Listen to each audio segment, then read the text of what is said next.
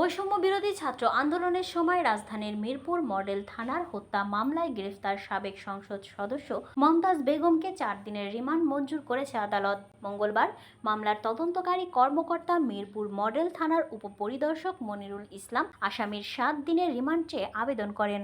অন্যদিকে আসামির রিমান্ড বাতিল ও জামিন চেয়ে আবেদন করেন তার আইনজীবীরা। শুনানি শেষে ঢাকার মেট্রোপলিটন ম্যাজিস্ট্রেট মোহাম্মদ জুয়েল রানা আসামির জামিন নামঞ্জুর করে 4 দিনের রিমান্ড মঞ্জুর করেন।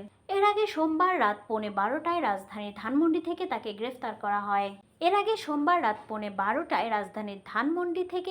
করা হয়। মমতাজকে মামলা সূত্রে জানা যায়, গত বছরের 19শে জুলাই মিরপুর 10 নম্বর গোল চত্বর এলাকায় বৈষম্য বিরোধী ছাত্র আন্দোলনে অংশ নেন ভুক্তভোগী মোহাম্মদ সাগর।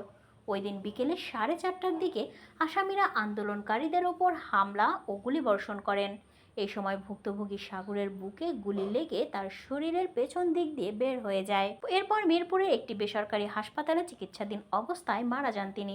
এই ঘটনায় গত 27শে নভেম্বর নিহতের মা মোসাম্মদ বিউটি আক্তার বাদী হয়ে মিরপুর মডেল থানায় হত্যা মামলা দায়ের করেন। এতে শেখ হাসিনা সহ 243 জনের নাম উল্লেখ করা হয়। এছাড়াও মামলায় 250 থেকে 400 জনকে অজ্ঞাতনামা আসামি করা হয়। মমতাজ বেগম এই মামলার 49 নং এজাহারনামীয় আসামি।